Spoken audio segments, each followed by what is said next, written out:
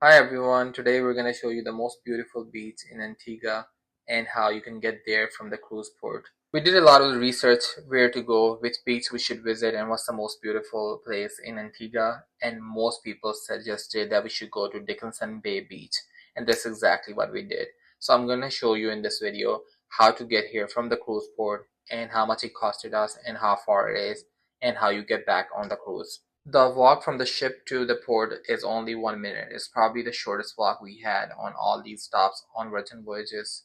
There are so many places to eat and shop in this port that you do not need to leave the port. However, I strongly suggest you go out to the beach because the beaches are beautiful.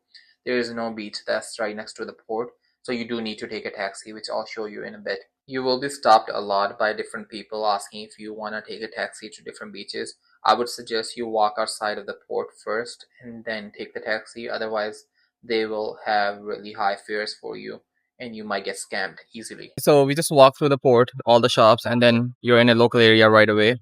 This is where you will need to find your taxi to go to the beach you want to go to. So we wanted to go to Dickenson Beach, and I saw a driver dropping some people off from Dickenson Beach. So I asked him how much it's going to be.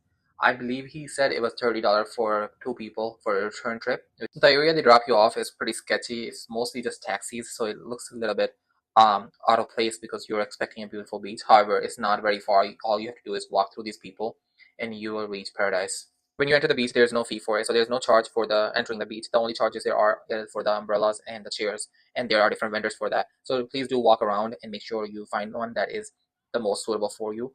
The ones right in the start are more crowded, and we're gonna walk all the way to the left, and we're gonna find a very secluded area with beautiful water and a lot less people. So walk all the way to the left and keep going until you go downhill a bit, and you will see a tiki bar.